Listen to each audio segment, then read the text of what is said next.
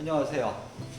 이번 시간에는 이어서 토양에 대해서 공부해 보겠습니다. 전 시간에 식물의 생육 환경으로 온도와 광선과 수분 이 세 가지를 공부했습니다. 근데 남은 한 가지가 토양인데요. 어쩌면 이 세 가지보다도 토양이 제일 중요하다고 말할 수 있습니다. 물론 세 가지가 필수적이긴 하나 그러한 조건을 놓고 볼 때 정원을 잘 가꾼다는 측면에서 보면 토양이 제일 중요하다 이렇게 표현할 수 있습니다. 정원을 잘 가꾼다라고 하는 표현은 각자의 식물들이 고유의 가장 아름다운 모습을 나타낼 수 있도록 하는 것이다 라고 판단할 수 있거든요. 그런 측면에서 보면 토양이 좋으면 식물들이 가장 잘 자랄 수 있습니다. 그리고 식물들이 지금 정원이 아름답네 라고 표현할 때 최상의 아름다움이라고 표현할 수 있는 뭐냐 하면 우리가 인공적으로 식물을 심어서 배치시키는 그 상태보다는 그들 스스로가 성장해서 잘 성장해서 옆에 식물과 부대끼면서 안정적인 모습을 취하고 있을 때 이때가 클라이맥스라고 표현할 수도 있습니다. 그러한 상황을 만들기 위해서는 토양이 좋아야 됩니다. 그럼 토양의 어떤 면이 그런지 한번 공부해 보도록 하겠습니다. 또 토양의 조건을 보면 토양의 조건은 세 가지로 크게 나눕니다. 물리적 조건과 화학적 조건 그리고 생물학적 조건입니다. 생물학적 조건은 물리성과 화학성이 확보되면 이 자연 생태계 내에서는 자연적으로 이루어지기 때문에 크게 신경 쓰시지 않아도 됩니다. 그래서 물리적 환경과 화학적 환경을 우리가 인위적으로 잘 만들어주기만 하면 토양 문제는 해결된다. 이렇게 설명드리겠습니다.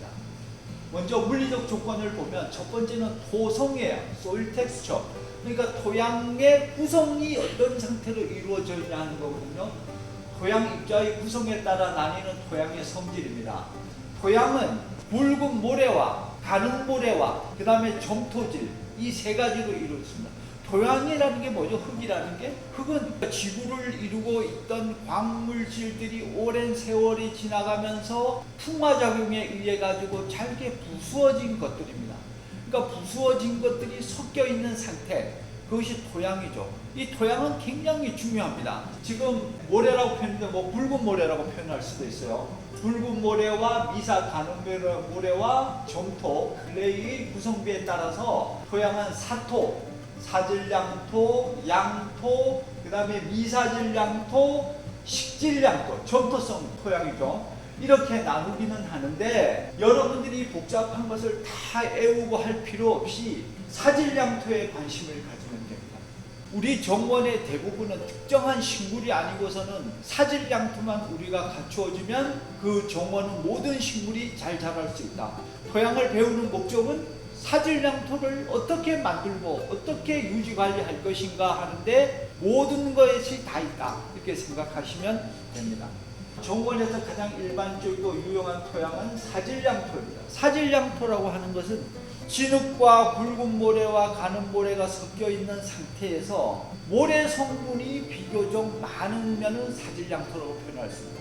그 정확하게 퍼센테이지로 말하면은 대략 클레이, 점토가 20% 정도이고 나머지 80%가 모래다. 그 모래와 모래에서 굵은 모래와 가는 모래의 비율은 뭐냐? 가는 모래가 남은 거에서 55 내지 60% 정도를 차지하고 굵은 모래가 한 20% 정도를 차지하는 그 정도의 비율이 이상적입니다.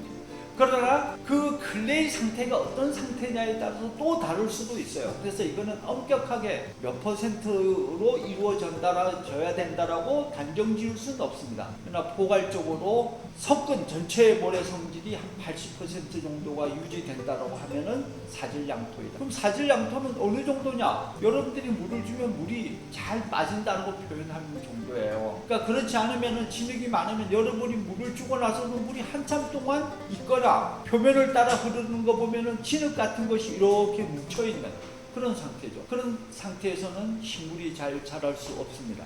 이어서 토양 구조를 보겠습니다. soil texture죠. 그러면 이와 같은 토양들이 섞여 있는데 어떠한 모양으로 섞여 있느냐 하는 겁니다. 그러니까 이게 굉장히 중요해요. 우리들이 쉽게 생각하면 그냥 흙이면 되겠지 이렇게 생각하나 그렇지 않다는 거죠. 토양의 구조는 말이죠. 단립 구조와 잎단 구조라 이걸 우리나라 표현을 하면 떼알 구조. 그러니까 떼로 모여 있다. 단립구조는 뭐 나달구조 이렇게 표현하는데 단립구조, 입단구조로 표현하겠습니다. 토양은 붉은 모래와 가는 모래와 점토로 이루어진다 그랬습니다. 그런데 얘들이 함께 골고루 섞여 있는 것이 중요하다 이런 얘기죠. 그래서 만약에 이 토양의 구조를 만약 농구공과 야구공과 골프공 이 세 가지, 붉은 모래는 농구공이고 가는 모래는 야구공이고 그 다음에 점토 클레이는 골프공이다 이렇게 생각한다면 이러한 것들이 골고루 섞여 있는 것이 중요하다. 예를 들어서 단립구조라고 하는 거는 골프공끼리 섞여 있는 것 또는 야구공끼리 섞여 있는 것을 말해요. 그러면 그러한 상태의 구조는 공국이 너무 많이 비어 있겠죠. 아니면은 골프공끼리 모여있는 진흙들만 모여있는 구조다. 그러면 어때요? 공국이 너무 없는 구조가 됩니다. 그래서 가장 효율적인 것은 이러한 세 가지의 공들이 즉 붉은 모래와 가는 모래와 점토가 골고루 섞여 있는 상태, 이러한 것을 입단 구조라고 합니다. 그러니까 입단 구조를 이루는 것이 제일 중요합니다. 그럼 입단 구조를 이루는 것이 왜 중요하느냐? 토양은 말이죠. 사실은 우리가 흙을 한 삽 두면은 토양이 50% 정도가 되고 30%의 수분이 이루어져 있고 그 다음에 20%는 그 사이 공극에 공기로 차 있습니다. 전 시간에 집안에서 화분을 키우다가 화분이 겨울이면 잘 죽는다 그랬습니다. 그 죽는 이유로서 수분의 과잉이라고 그랬어요. 그럼 수분의 과잉이 뭐냐? 물을 많이 줬다 해서 식물이 물을 많이 먹어서 배가 터져서 죽었느냐? 그게 아니라는 거죠. 물을 많이 먹었다, 물을 많이 줬다 하고는 얘기는 토양 속에 공기가 없는 거예요. 토양의 50%가 토양 입자로 되어 있고 나머지 수분이 30% 있고 20%의 공간 속에 산소가 들어있어서 뿌리가 산소를 흡수해야 되는데 흡수하지 못하는 거죠. 그래서 질식해 죽는 거예요. 그러니까 이 토양 구조가 클레이로 넘어가서 단립 구조로 되어 있었다 한다면은 질식해 죽는 것이고, 반대로 모래로만 이루어져 있는 단립 구조였다고 한다면은 공국이 너무 많아서 수분이 보이지 못하는 거예요. 쭉쭉 빠져버리는 거죠. 그런 상태가 돼요. 그래서 이와 같은 것이 함께 섞여서 적정량 뭐라 그랬죠? 20%의 클레이와 한 60% 전후의 가는 모래와 20%의 붉은 모래로 이루어져 있는 골고루 섞여 있는 입단 구조를 이루었을 때 식물은 가장 잘 살 수 있다. 이러한 구조를 만드는 것이 제일 중요합니다. 그 다음에 유효수분이라고 있어요. 땅 속에 물을 준다고 해서 그 물을 식물이 다 빨아먹는 게 아니라는 거죠. 수분은 다양한 형태로 이루어져 있어요. 그 속에, 토양 속에서는. 근데 아주 화학적인 구조로 있을 수도 있고 물이 막 흐르는 듯한 구성일 수도 있고 아니면 그 속에 미세한 입자로서 존재할 수 있어요. 쉽게 표현하면. 근데 식물은 무슨 물을 먹냐 하면 화학구조적인 구조도 아니고 줄줄 흐르는 물도 아닙니다. 그 입자 간의 공국에 들어있는 아주 미세한 입자, 그런 입자만을 먹을 수 있습니다. 그것이 유효수분이에요. 그러면 유효수분은 어떤 상태로 있느냐? 지금 말씀드린 것처럼 토양과 수분과 공기가 섞여 있는 그 속에 있는 미세한 입자, 그런 상태만이 식물이 먹을 수 있습니다. 그러니까 그러한 입단 구조를 갖춰줘야지만 수분도 적정하게 있어서 식물이 먹을 수 있는 유효한 상태의 수분으로 존재하게 되는 거죠. 그래서 이것이 매우 중요합니다. 다음은 화학적 조건입니다. 지금까지 이제 물리적인 조건을 봤고 이번에는 화학적 조건을 보겠습니다. 첫 번째는 산도예요. pH, potential of hydrogen이라고 그러죠. 이 토양이 산성이냐 중성이냐의 문제입니다. 그러니까 대부분은 중성이면 식물이 자라는데 가장 적정해요. 근데 우리나라 토양은 약산성을 대체로 띠고 있습니다. pH 7에서 6.5 정도의 범위에 있습니다. 그래서 대부분의 식물들 자라는 큰 문제가 없어요. 근데 이것이 더 밑으로 내려가면 식물들의 다양한 병들이 발생되고 성장이 둔화됩니다. 현재의 토양이 어떤 상태인지를 한 번쯤은 테스트해 볼 필요가 있죠. 폐화제는 기계가 있어요. 땅에다 그냥 꽂아도 되고 아니면 수용체로 만들어서 물에다 섞은 다음에 거기에다가 이를 담그면 폐화 수치가 뜨죠. 여기 정원은 제가 재보면 보통 pH 6.5에서 7 정도의 범위를 나타내고 있습니다. 그런데 예외적인 것이 있어요. 산성을 좋아하는 식물이 있는 거죠. 그게 뭐냐 하면 바로 소나무. 소나무 밑에 잘 자라는 진달래. 진달래와 유사한 동일한 과의 품종인 블루베리. 그 다음에 지난 시간에 잠깐 공부했던 수선화. 수선화는 산성 토양에서 비교적 더 잘 자랍니다. 소나무가 여기도 보면 소나무가 저기 있거든요. 그럼 소나무 밑에 블루베리를 심었어요. 그럼 소나무 잎들이 좀 떨어지고 이러면서 그 블루베리 땅 자체가 약간의 산성을 띠도록 해주는 거죠. 물론 이제 거기에는 피트모스라는 것을 넣어가지고 기본 토양을 산성화했습니다. 그 밑에 이제 진달래도 심어져 있고 그렇죠. 또 그 밑에 보면은 수선화가 큰 포기가 있어요. 그래서 금년 같은 경우에는 거의 한 30송의 꽃이 막 피었죠. 그래서 이렇게 연계되어 있는 상태로 유지해 주는 게 좋습니다. 다음은 염기치환 용량입니다. 염기치환 용량이라고 하는 것은 화학적으로 조금 어려운 이야기예요. 그래서 여러분들이 이거를 외우거나 이러실 필요는 없고 이래서 이렇구나 라고만 그냥 이해하시면 되겠어요. 염기치환 용량이란 뭐냐면 우리가 식물에게 어떤 비료를 주거나 퇴비를 주거나 그러면은 식물은 화학적인 결합체 자체로서 영양분으로 취득하지 못합니다. 어떤 과정을 거치냐면 반드시 이온화라는 과정을 거쳐요. 분리가 돼야 된다는 거죠. 예를 들어서 황산암모늄, NH4,2SO4라고 하는 황산암모니아라고 하는 비료를 공장에서 만들어서 공급하죠. 그러면 그 황산암모니아 비료를 식물이 황산암모니아로 먹느냐? 그렇지 않다는 거죠. NH4 플러스와 NO3 마이너스라고 하는 이온으로 분리된 상태로 식물을 흡수하게 됩니다. 그러면 이와 같이 이온화로 분리되어 있는 것을 식물이 말아먹을 수 있는 능력이 얼마나 되느냐? It's change capacity입니다. 그러니까 이거를 교환해서 바꿔 먹을 수 있는 능력이 있어야 된다는 거죠. 이 능력은 토양에 달려 있습니다. 근데 그렇게 어렵지 않다고 생각되는 것이 뭐냐면 이와 같은 염기치환 용량이 강해지려면은 앞에서 말한 토성과 토양의 구조를 따라하면 된다는 것이죠. 단립 구조가 아니고 입단 구조, 여러 알이 섞여 있는 떼알 구조를 갖추게 되면 염기치환 용량이 커집니다. 그 다음에 토성에 있어서도 붉은 모래와 작은 모래와 클레이가 함께 섞여 있으면은 똑같이 염기치환 용량이 높아진다. 그런 거. 그러니까 염기치환 용량은 이러한 식물이 영양분을 빨아먹는 데는 토양이 중요한 어떤 구성을 하느냐가 매우 중요하다라고만 이해하시면 되고, 그것을 갖추기 위해서는 앞에서 말한 토양의 구조와 토성을 맞춰주기만 하면 염기치환 용량이 높아진다. 간단하죠? 그렇게 이해하시면 되겠습니다. 그런데 여기서 보면 점토분이 높을수록 염기치환 용량이 높아진다 그랬습니다. 이게 약간 헷갈릴 수 있어요.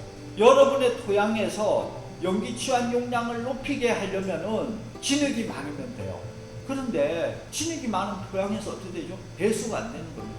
이게 약간 상충하죠. 그래서 결국 정원에서 식물이 잘 자라게 할 수 있는 것은 적정한 토성의 구조를 가지고 있으면서 적정한 염기치환 용량을 갖도록 한다. 이렇게 표현할 수가 있죠. 그럼 그것이 결국 뭐냐? 사질양토입니다. 사질양토로 가면 일반 양토나 식질 토양보다는 염기치환 용량은 떨어져요. 그러나 배수가 잘 되는 거죠. 배수가 안 되면 어떻게 한다 그랬죠? 식물이 쉽게 죽는 거예요. 그러니까 정원에서 특히 다양한 식물을 키우기 위해서는 배수가 잘 돼서 기본적으로 생육하는 데 문제가 없도록 해주는 게 중요합니다. 그러니까 그런 상태를 유지하면서도 염기치환 용량이 높아서 영양분을 잘 흡수할 수 있도록 두 가지 조건을 모두 갖춰주는 것이 뭐냐? 사질양토다. 이렇게 하시면 되겠습니다. 그러니까 여기 보면 물리성과 화학성의 조화. 이 조화라는 게 사실 어렵죠. 그래서 조화라는 것을 굳이 제가 표현한다면은 사질양토를 만들자, 그런 것입니다. 비옥한 토양을 만들자. 우리가 보통 지력을 높인다 그럽니다. 그럼 어떻게 할 거냐? 사질양토를 만드는 거라. 이렇게 단적으로 설명할 수도 있어요. 첫 번째는 유기물을 사용하자. 유기물이라는 게 무기물과 유기물로 나누지 않습니까? 무기물이라고 하는 것은 우리가 만든 화학적인 비료, 그런 것을 말하죠. 유기물이라고 하는 것은 물리적인 어떠한 실체가 있는 것이죠. 그러니까 우리들이 말하는 퇴비, 닭똥, 우분, 유박, 이런 것들이 다 유기물입니다. 그래서 가능하면 유기물을 사용하자. 그 이유는 뭐냐면 유기물 속에는 다양한 비료 성분이 들어있으면서 그 결정체 자체가 토양의 물리성을 개선하는 것이죠. 그래서 유기물을 사용하죠. 그 다음에 비료의 효과, 그러니까 필요하다면 비료를 사용할 수도 있다. 그 다음에 미력요소, 미량요소라고 하는 것은 NPK, 질소와 인산과 가리 외에 칼슘, 아연, 마그네슘, 철분, 뭐 이와 같은 요소들이죠. 이런 것 인공으로 넣어줄 수는 없고 자연 상태의 유기물 속에는 다 들어있다. 물론 인공으로 넣어줄 수도 있어요. 팔죠, 미량요소들. 그러나 이 정원 넓은 데를 뭐 그런 조그마한 병을 사가지고 뭐 이렇게 해서 할 수는 없는 거죠. 퇴비를 주면 이와 모든 것이 다 갖춰진다. 양이온 치원 용량을 증가시키기 위해서 점토를 배합하자. 그럼 그럴 수 있어요. 만약에 여기가 너무 지나친 사질 토양이다라고 한다면 점토를 넣어줄 수도 있습니다. 이거는 이제 어떤 경우에 특히 해당되냐면 예전에 농민들이 논에다가 농사를 지을 때 우리나라 토양들이 대체로 산성화되는 경향이 강했어요. 그러니까 산성화되고 그 다음에 모래 땅이 많아. 그래가지고 염기 취한 용량이 떨어지니까 비료를 줘도 식물이 빨아먹지 못해요. 그럼 뭘 했냐면은 객토를 합니다. 그러니까 지역 마을에 산을 하나 정해요. 그래서 그 산을 전부 그래서 진흙을 다 실어다가 전부 모든 뭐 면이면 면, 군이면 군 단위의 논에다가 이걸 다 집어넣어주는 그런 작업을 했었죠. 그 같은 것을 말합니다. 그 다음에 심경, 아까 말씀드렸지만 싱글 디깅을 하고 그냥 뭐 더블 디깅을 하거나 해가지고 토양을 순환시켜 주는 거죠. 그러면 토양 공급도 늘어나고 그러면서 물리성도 골고루 되고 이렇게 해서 지력을 높이는 방법이 있겠습니다. 유기물 사용에 대해서는 뭐 특별한 건 없어요. 근데 우리나라 현실에서 조금만 한번 되짚어 볼 것이 있습니다. 유기물을 생산하면 원래 이 퇴비를 만드는 업체에서는 퇴비를 생산하면 이것을 완전히 썩히는 게 필요합니다. 부숙이라고 해요. 부숙. 완전한 부식으로 인해서 가스가 다 날아간 다음에 그것을 포대에 넣어서 농가에 공급해야 됩니다. 근데 현실은 그렇지 못하죠. 우리들이 퇴비를 받아보면 덜 썩은 거예요. 그래서 퇴비를 주려고 따면 어떻게 돼요? 악취가 나는 거죠. 그 악취는 뭐냐? 가스가 있는 겁니다. 그러니까 이것이 우리들의 현실이에요. 그래서 첫 번째는 퇴비가 오면 바로 쓰지 않는다. 1년 정도, 저 같은 경우는 1년 동안 여기에 보관을 합니다. 그리고 그 다음에 지난해 퇴비를 쓰는 거죠. 그 다음에 그렇게 해도 1년이 지난 퇴비도 쓸 때는 반드시 포대를 찢어서 3일 내지 일주일 정도를 저는 놔둡니다. 해쳐둡니다. 그래서 가스가 날아간 다음에 그거를 토양에 쓰죠. 이 가스가 영향이 어느 정도냐 하면 여러분들이 식물을 세워놓는데 옆에다 퇴비를 바로 주면 그 퇴비가 닿잖아요. 그럼 다른 부분이 썩어요. 또는 식물을 심기 위해서는 구덩이를 판 다음에 하층부에 퇴비를 깔고 일반 흙을 덮고 식물을 심는 경우가 있어요. 뭐 장미나 뭐 이런 몇 가지 품종들은 꼭 그렇게 하는데 그럴 경우에 가스가 올라와서 뿌리를 썩게 만들어요. 나무가 죽어요. 그런 상황이거든요. 그러니까 반드시 우리나라에서 현재 유기물을 사용할 때는 이와 같은 점을 주의해야 된다. 퇴비를 구매해서 바로 사용하면 피해를 받기 때문에 1년 정도 저장하거나 3일 정도 말려서 쓰는 방법이 있거나 아니면 플라워 베드를 만들 때에는 덮어놓고 3일 정도 지난 다음에 갈아엎는 그러한 것이 필요하다는 말씀입니다. 다음은 생물학적 조건입니다. 생물학적 조건은 크게 어렵지 않은 것이 앞에 물리적 특성과 화학적 특성을 다 맞춰만 주면은 생물학적 특성은 따라온다. 첫 번째 토양 미생물입니다. 그러니까 식물이 영양분을 흡수하는 과정에서 질산화 작용과 탈질 작용, 그러니까 질산을 고정하는 방법과 질산을 분해하는 과정, 이 모든 과정이 식물에게 영양분을 주게 되는데 이와 같은 기능을 하는 것이 토양 미생물이죠. 그래서 토양 미생물은 토양을 갖춰 놓으면 자연적으로 오게 되어 있습니다. 콩과 식물과 뿌리옥 박테리아를 보면 옛날에 농민들이 땅을 새로 개간하거나 뭐 이렇게 하면 제일 처음에 심는 것이 콩이었어요. 콩은 어떤 특징을 가지고 있냐면 콩의 뿌리를 파보면 뿌리가 이렇게 나가면서 뿌리에 혹이 이렇게 달려있거든요. 그게 뿌리옥 박테리아가 모여있는 공간이에요. 얘들은 공중에 그 질소를 흡수해서 고정시켜서 식물이 영양분으로 쓸 수 있도록 그렇게 해주는 기능을 하는 거죠. 아무리 땅이 척박하더라도 콩을 심으면 콩이 결실이 되는 거예요. 그게 결출되고 난 다음에 콩을 따고 농민들은 그 콩 따고 난 찌꺼기를 갈아엎어 버리죠. 그러면 땅이 이제 점차 비옥화되는 거예요.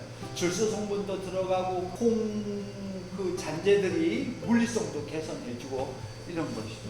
그래서 유익한 작용과 유해한 작용이 공존한다. 토양의 미생물은. 그러니까 식물이 당연히 거기에는 나쁜 박테리아도 있고 바이러스도 있고 그렇습니다. 그러나 그런 것들을 유익하도록 끌고 나가는 것은 결국 뭐냐? 식물의 건강성에 있습니다. 토양의 진단. 아까 말씀 잠깐 드렸습니다만은 그럼 내가 가지고 있는 토양은 어떤 상태냐? 그것을 알아볼 필요가 있죠. 그걸 하는 걸 토양 진단이라고 해요. 잠시 쉬었다가 나가서 토양 진단을 간단하게 해보는 방법을 한번 알아보도록 하겠습니다.